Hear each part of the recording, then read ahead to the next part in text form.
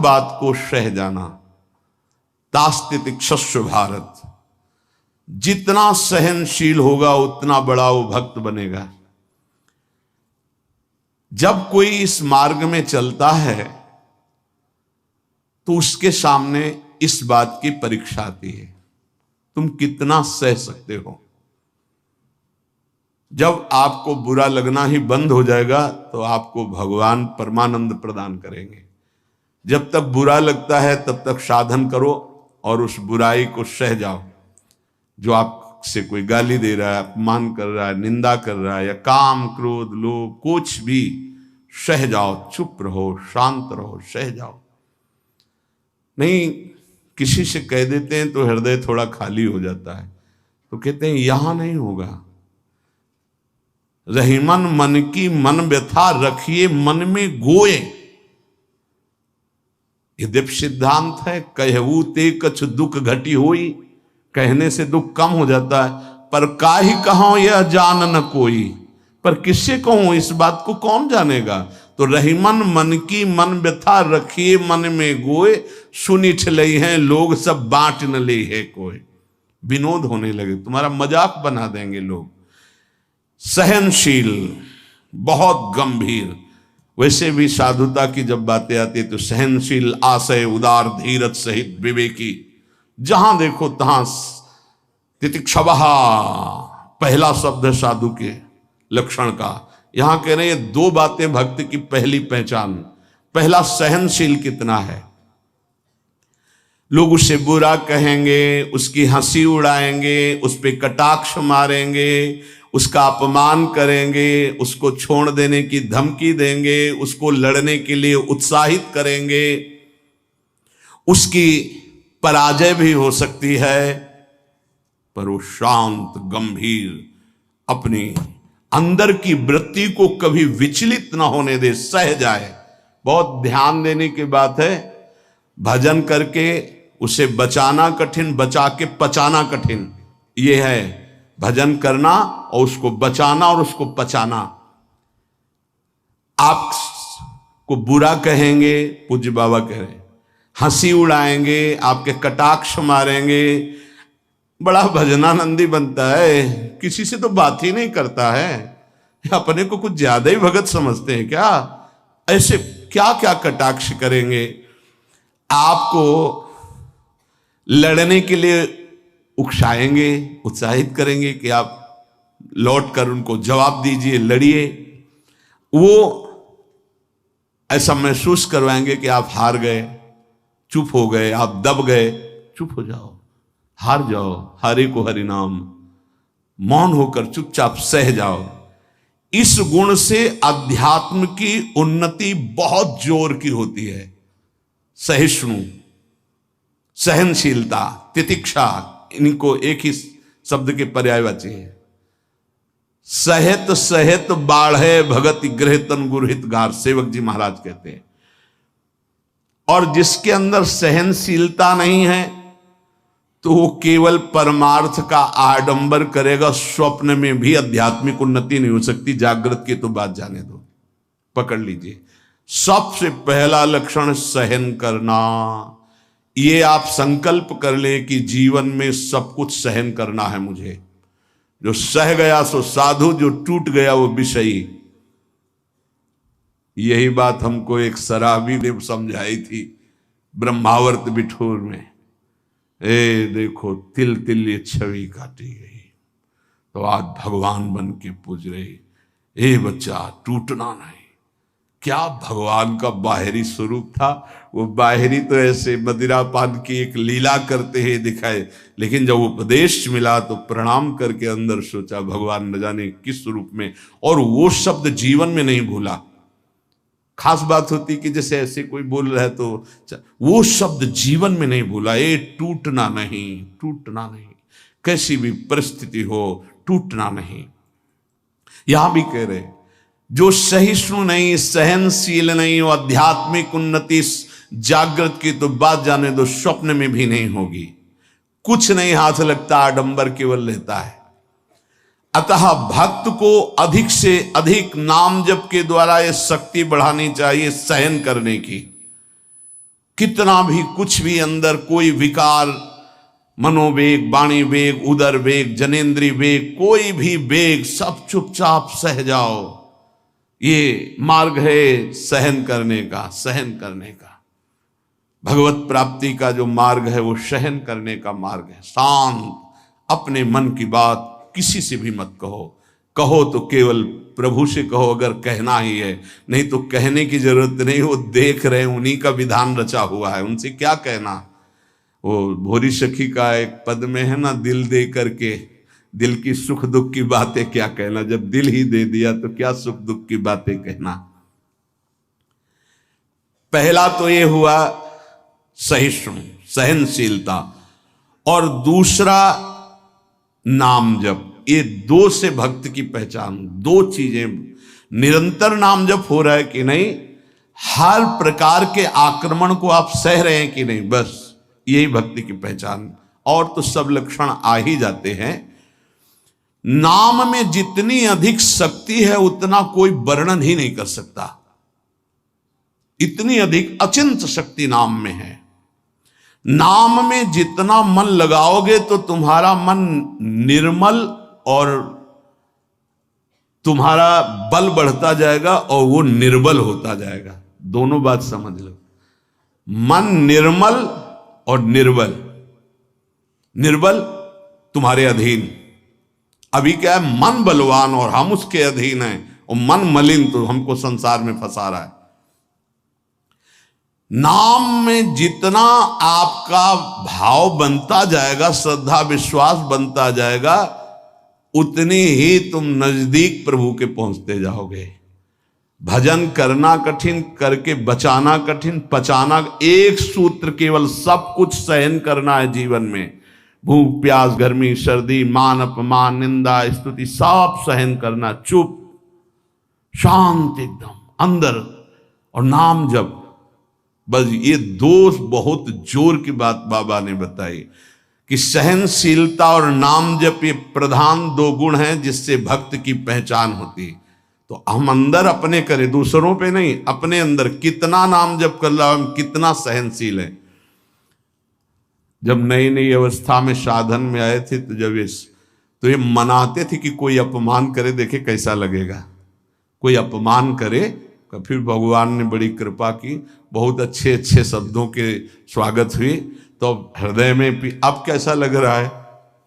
एक समय ऐसे सीधे गंगा के किनारे जा रहे तो सामने से बड़ी गालियां और बड़े कटु वाक्य, ऐसे वैसे क्या क्या बातें, शांत एकदम चुप। कैसा लगा? मांगते थे कि प्रभु कभी अपमान हो तो कैसा लगेगा, कैसा लगा? शांत मन, हाँ चलो ठीक है आगे चलो। भगवान कृपा करके देते हैं। संत जन इसी से समझते कि हमारे ऊपर कितनी कृपा है। जब हमारा कोई अपमान करे हमें गुस्सा ना आवे, कोई विकार हमारे अंदर आवे, गलत चेष्टा ना हो, उसको सह गए, तब बड़ी कृपा श्री भगवान की हमारे ऊपर है। संसार का चिंतन तो सारी दुनिया करती है, यदि भक्त भी संसार का चिंतन है तो किस बात का भक्त है। अगर दो चीजें लानी, सहनशीलता और निरंतर भजन, तो ये 6 साधन हैं। ये 2 महान सद्गुण प्राप्ति के, भक्त के 2 महान सद्गुण, सहनशीलता और निरंतर नाम जप। अगर ये बात तुम्हें लानी है तो ये 6 साधन पूज्यपाद उड़िया बाबा जी महाराज बता रहे हैं। पहला, हल्का भोजन। पहला प्रहार भोजन पर किया है, और सच्ची बात है, और आप लोग भी अनुभव किए होंगे अगर भजन में चित्तवृत्ति लगाए हैं। पेट में वजन ज्यादा, भजन कम। देख लो, आप खुद देख लो।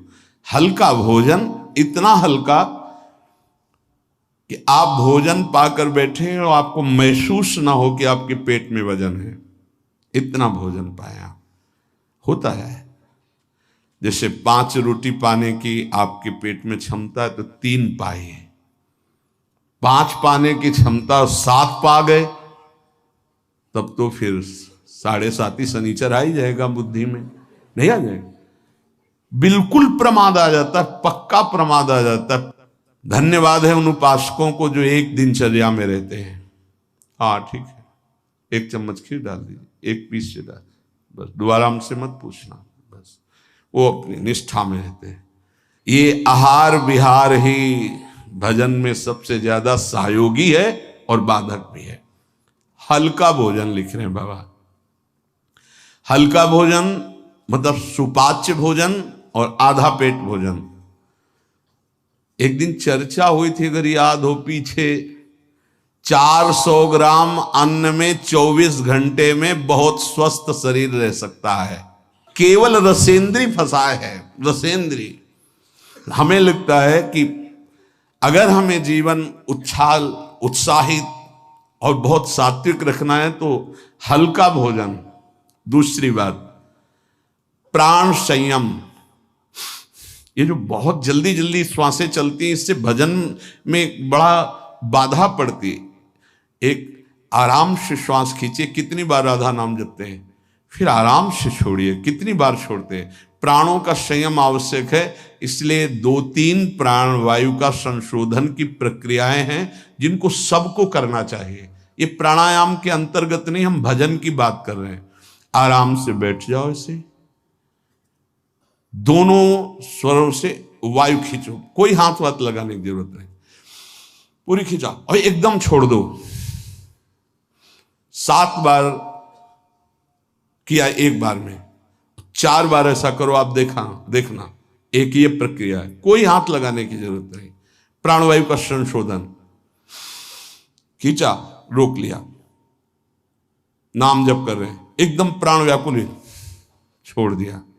एक ये है आंतरिक कुंभक और एक बाह्य कुंभक, खाली किया, नाम जप करे बैठे, फिर तुरंत खाली किया, फिर रोक लिया, इसे बाय 3 बस कर लीजिए। आप देखिए आपके फेफड़े, आपकी छाती, आपका प्राण संयम। कोई हम ये नहीं कह रहे ऐसे करने की, और ये मात्र 2-2 मिनट का अभ्यास कर लीजिए। क्या जाता है ऐसे आराम से बैठ के, कोई जान भी नहीं रहा कि आप प्राणवायु का संशोधन कर रहे हैं, पर मेरुदंड सीधी होनी चाहिए।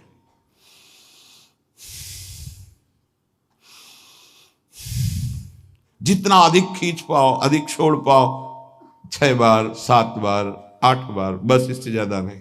और ये 4 बार दिन में, एक बाह्य कुंभक, एक आंतरिक कुंभक, ये 5-5 बार कर ली। आप देख लीजिए आपका प्राणवायु कितना, जितना प्राणवायु पवित्र होगी उतनी सुंदर अन्न पाचन क्रिया होगी, और उतना ही आपके मस्तिष्क में एक गुदगुदाहट सी, ध्यान करने की इच्छा होगी। मंत्र जपोगे तो एक प्यारा लगेगा। अब जब प्राणवायु किसी की देखो ना, एकदम अगर एकांत कमरे में हो तो ऐसा लग रहा है जैसे धौंकनी चल रही, क्योंकि स्थूल प्राणवायु है, उसकी आवाज अलग ही सुनाई देगी। प्राणवायु का संयम, भोजन हल्का और प्राणवायु संशोधन कृपया जरूर करें, चाहे वृद्ध शरीर हो चाहे जवान शरीर हो, ये जरूरी है प्राणवायु का संशोधन। अपने तो किडनी खराब हो गई, तब से बंद हो गए, नहीं तो 45 मिनट केवल प्राणवायु संशोधन होता, तो 45 मिनट व्यायाम, और उस समय केवल भगवदा का नाम चलता था। 1 सेकंड के लिए ऐसा नहीं कि प्राणवायु संशोधन करे, नाम छूट जाए, या व्यायाम करने नाम छूट जाए। तीसरा, कम बोलना, क्योंकि नाम चलाना है और सहनशील होना है। देखो, जब हम अपनी कमजोरी किसी से कहते हैं तो कमजोरी हम पर बढ़ती है और दूसरा हमारा उपहास करता है। इसलिए अपनी कमजोरी तो बोलनी नहीं, और कोई बात भी करने की जरूरत नहीं है। थोड़ा बारा व्यवहार में आवश्यक हो तो उत्तर दे दीजिए, कम बोलना सीखें। उपासक जब अपनी रहने पे रहता है तो हमें लगता है कि धन्यवाद का पात्र है, जो अपने को जलाकर प्रभु के चरणारविंद तक पहुंच रहा है। बहुत कठिन विषय है, प्रणाम है उसको जो अपने को जलाकर आगे बढ़ रहा है। कम बोलना, तीसरा। चौथा, किसी से कोई भी इच्छा न रखना, न व्यक्त करना। ये 2 महान सद्गुण आ जाएंगे, सहनशीलता और निरंतर भजन। किसी से कोई इच्छा, आप आज क्या पाएंगे? नहीं, आप क्या पाएंगे? जो श्री जी की इच्छा। नहीं, वैसे आपको पसंद क्या है? राधा राधा राधा, नहीं भोजन में क्या पसंद, यही आहार है हमारा।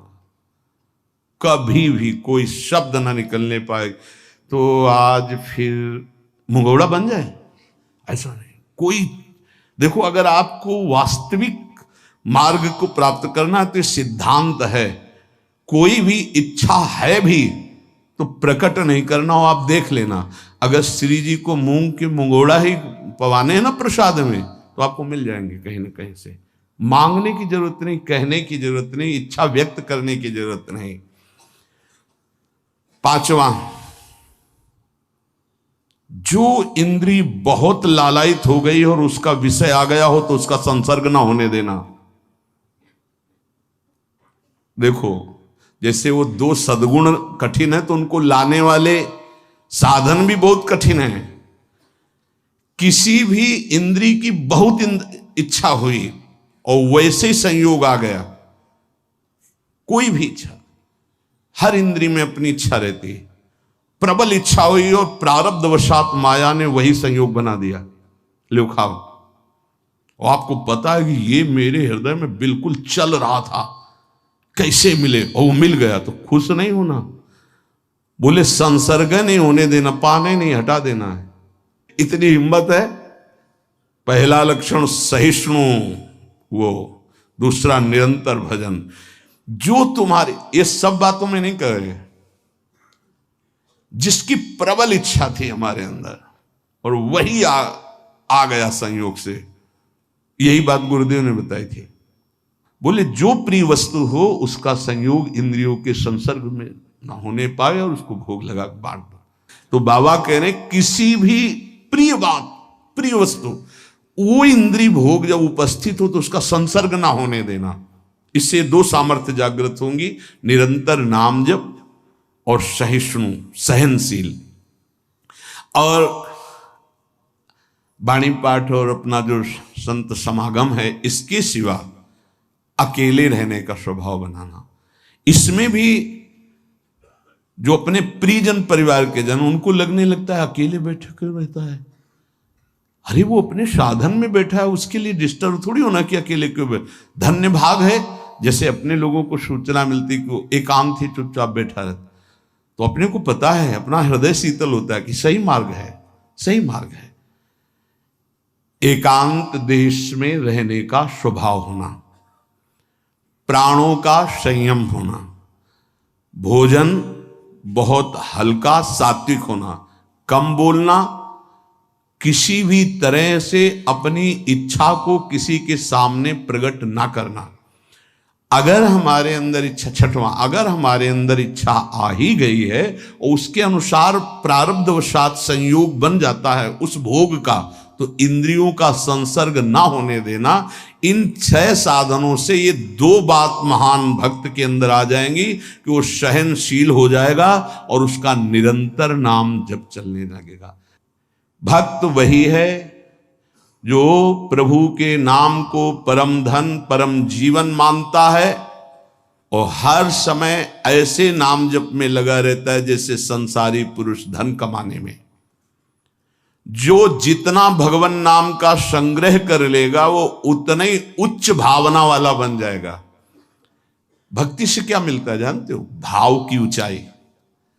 बाजार में वस्तु का अगर भाव ना हो तो सड़ती रहती है, ऐसे ही भक्ति से भाव प्रकट होता है। भावहीन पुरुष सड़ता रहता है, नरकों में दुर्गति होती रहती है। अगर मनुष्य शरीर में भी है, वो विविध प्रकार की दुर्वासनाओं से सड़ता रहता है, जलता रहता है। और भक्त भावोत्सवेन भजताम रस काम धेनु, भाव में डूबा आनंद मगन रहता है। ये भाव कहां से आता है? जितना नाम रूपी धन एकत्रित करोगे उतना ही महंगा भाव आपके अंदर आ जाएगा। बोले ये तो प्रिया प्रीतम की लीला में डूबे रहते हैं, भाव कहां पहुंचा दिया? अभी कहां है? काम भाव, क्रोध भाव, लोभ भाव, अभी तुम्हारा भाव गिर गया। भाव उठाओ तो बोले कहां है? बोले प्रिया प्रीतम के भाव में। बोले ये कहां है? बोले काम भाव में, क्रोध भाव में, लोभ भाव में। भाव ही सब कुछ है। भगवान को पुकार करके साक्षात सामने प्रकट करने की सामर्थ्य भाव में ही है। भाव पूरित टेर ही करती मुझे लाचार है, भाव बिन सुनी पुकारे मैं कभी सुनता नहीं। बात ध्यान करो, भाव सारा। और ये भाव कहां से आता है? पूज्य उड़िया बाबा कह रहे, जो भक्त जितना अधिक नाम जप कर लेता है उतना ही बढ़िया भाव उसका बन जाता है। जो नाम कीर्तन पर विश्वास करता है कि नाम कीर्तन कर रहा हूं तो मेरे प्रभु यहीं बैठे सुन रहे हैं, भक्त का सदैव ऐसा भाव रहता है। मैं पद गायन कर रहा हूं, मेरी प्रिया लाल मुस्कुरा रहे हैं, वो सुन रहे हैं। बाणी सी ध्रुवदास जी की सुन जोरी मुस्कात। अगर तुम्हें भाव नहीं आ रहा तो आचार्यों ने लिखा है कि जब 42 लीला गाई जाती है तो जोरी प्रिया प्रीतम परस्पर देखकर मुस्कुराते हैं और गायन और श्रवण करने वाले उपासकों पर कृपा करते हैं। जो सांसारिक पुस्तकों को, समाचार पत्र को और विलासिता भरी काम भरी बातों जिसमें लिखी हुई ऐसी पुस्तिकाओं को जो पढ़ते हैं वो कभी भक्त नहीं बन सकते। तो बाबा के समय मोबाइल नहीं चला था 60-70 वर्ष पहले, ये तो 35 वर्ष बहुत हुए होंगे, नहीं मोबाइल को भी लिख देते, क्योंकि उस समय पत्रिका ही गंदी बातों की लिखा पढ़ी वाली बातें पढ़ी। अब तो मोबाइल वाली बातें हैं। वो भक्त नहीं हो सकता जो गंदी बातें देखता है। नहीं, आपको तो अपनी वृत्ति पवित्र करनी, बचानी है। बहुत सावधानी की जरूरत है। एक छोटा सा बच्चा 13 वर्ष का, एकांतिक में, बहुत सुलझा व्यक्तित्व, अवस्था 13 वर्ष की, व्यक्तित्व बहुत सुलझा। जब वो अपने संयम की बात तो हम कहा भाई मोबाइल तो नहीं रखते, उनका लैपटॉप रखते, तो हम कहा उसमें भी वही गलती होती है क्या? क्योंकि कभी हमने तो बोले हाँ सर्च करके वैसे किया जा सकता है, तो उनका फिर तो गलती होने की संभावना है। बोले हो चुकी गलती, अब संभाल लो। छोटे छोटे बच्चों में गलती कराने की सामर्थ्य इस मोबाइल लैपटॉप में है। विश्वास कीजिए बहुत बढ़िया समय है, निकल चलो। ये माया फंसाने के लिए सब सूत्र फेंकेगी, आपको फंसना नहीं है। कोई सुख नहीं है, केवल जलन, केवल अशांति, केवल समय नष्ट होना।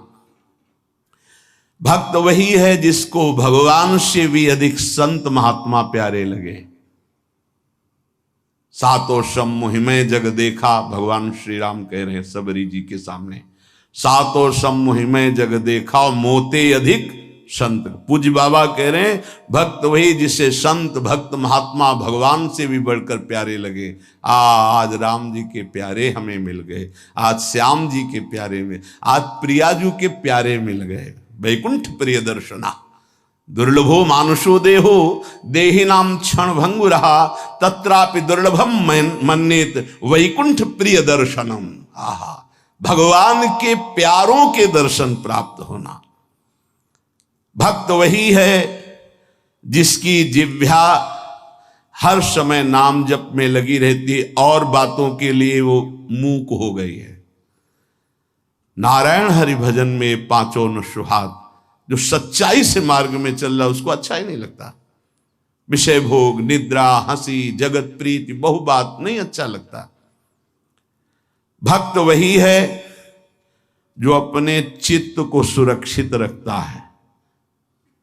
लोग और सब बाहरी वस्तुओं को सुरक्षित रखने की चेष्टा करते हैं पर चित्त को गंदा कर देते हैं।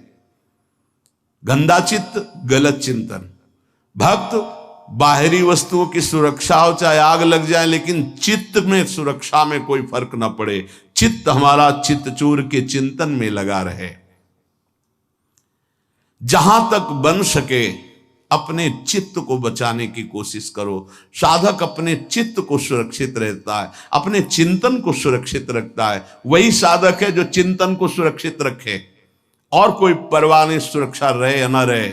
चित्त सुरक्षित है तो निरंतर चिंतन का प्रभाव भगवत साक्षात्कार करा देगा। भक्त वही है जो प्रभु से केवल प्रभु को मांगता है। ध्यान दीजिए, भक्त वही है जो प्रभु से केवल प्रभु मांगता है कि आप चाहिए आप, हमें और कुछ नहीं चाहिए, बस आप मेरे हैं, मैं ऐसा मस्त रहूं, बस ये हमें चाहिए और कुछ नहीं। आपसे आप चाहिए, बस आपसे आपकी माया का कुछ नहीं चाहिए। आप चाहिए। भक्त वही है जो भारी विपत्ति काल में किसी भी व्यक्ति का सहारा न लेकर इष्ट के भरोसे रहता है। ये बहुत कठिन बात है। जब आपके अंदर कोई समस्या जागृत होती, विपत्ति जागृत होती, तो आपका मन कहां जाता है? प्रियाजू पे, या किसी व्यक्ति, किसी सलाहकार मित्र, यार हम बहुत समस्या में हैं, बहुत हमारा मन अशांत है। नहीं, नहीं कहना।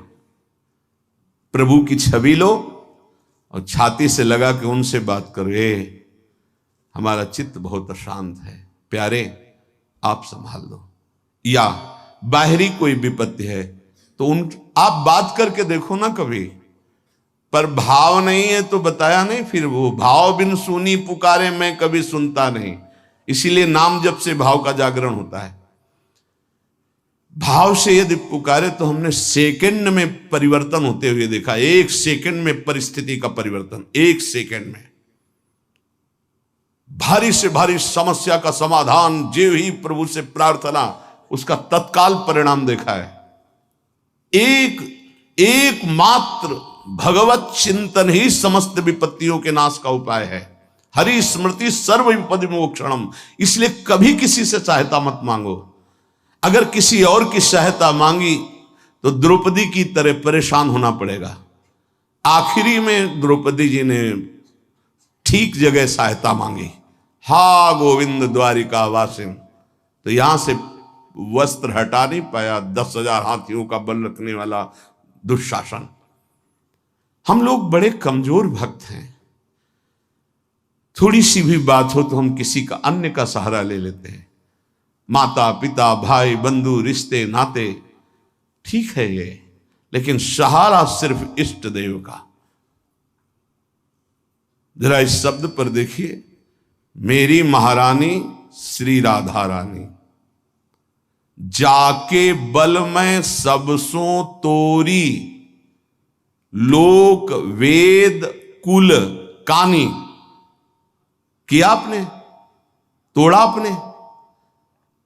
सबसों तोरी लोक वेद कुल कानी, तब असलियत में मेरी महारानी श्री राधा रानी। बाबा कह रहे हैं भक्त वही है जो भारी विपत्ति काल में किसी भी व्यक्ति की सहायता के लिए न देखे, केवल प्रभु की तरफ। अब वो क्या रूप रख करके आते हैं वो देखेंगे, लेकिन किसी अन्य आश्रय में ना आ जाए, नहीं तो हमारी भक्ति बाधित हो जाएगी। प्रहलाद जी ने किसी को पुकारा क्या? किसी भक्त के जीवन में देखो, किसी के पास गए क्या हाथ जोड़ के कि जमींदार या बादशाह या किसी कि आप हमारा सहयोग कर दो? नहीं, प्रभु देखेंगे। और वो ऐसे अंतिम समय तक कोई सहयोग नहीं कि अब अगला कदम जाएगा ये गिरेगा, और उसी कदम पे प्रभु ऐसे बस आखिरी दम तक वो देखते कि शायद कोई अंदर से पुकार पड़े किसी और को।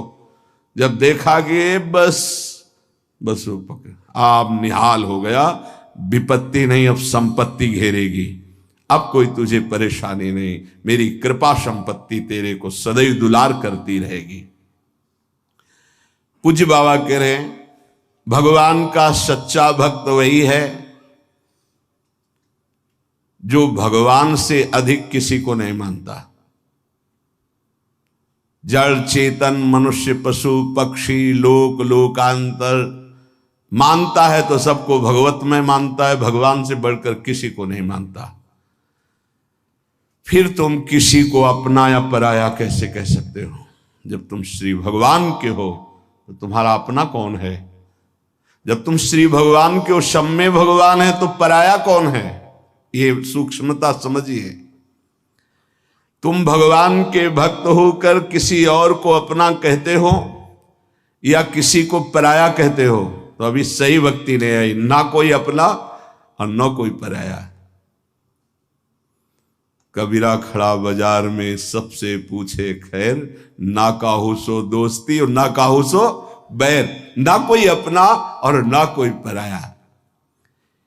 यदि तुम किसी को बुरा कहते हो और किसी को भला कहते हो तो तुम्हारे अंदर भक्ति कहां है? राग द्वेष युक्त हृदय भक्ति वाला हृदय थोड़ी होता है। इसलिए इसको मिटाओ और मिटाकर समान भाव लाओ, ना कोई अपना ना कोई पराया। प्राणी मात्र में भक्त का राग द्वेष नहीं होता। भक्त भगवान के साक्षात विग्रह में दर्शन करता है। यदि धातु या पाषाण की भावना है तो अभी वो भक्त नहीं हुआ है, साक्षात मेरे प्रभु हैं। सर्वव्यापी ईश्वर तो ज्ञानी जन भी कहते हैं। भक्त की महानता है और सर्वव्यापता का भाव तो गौड़ रहे, मुख्य भाव रहे साक्षात विराजमान प्रभु है। भक्त का भाव समिट जाता है, सर्वव्यापी भाव होने के बाद वो समिट जाता है। ये दो गुण प्रधान रहते हैं और बहुत से गुण रहते हैं भक्त में, पर दो ये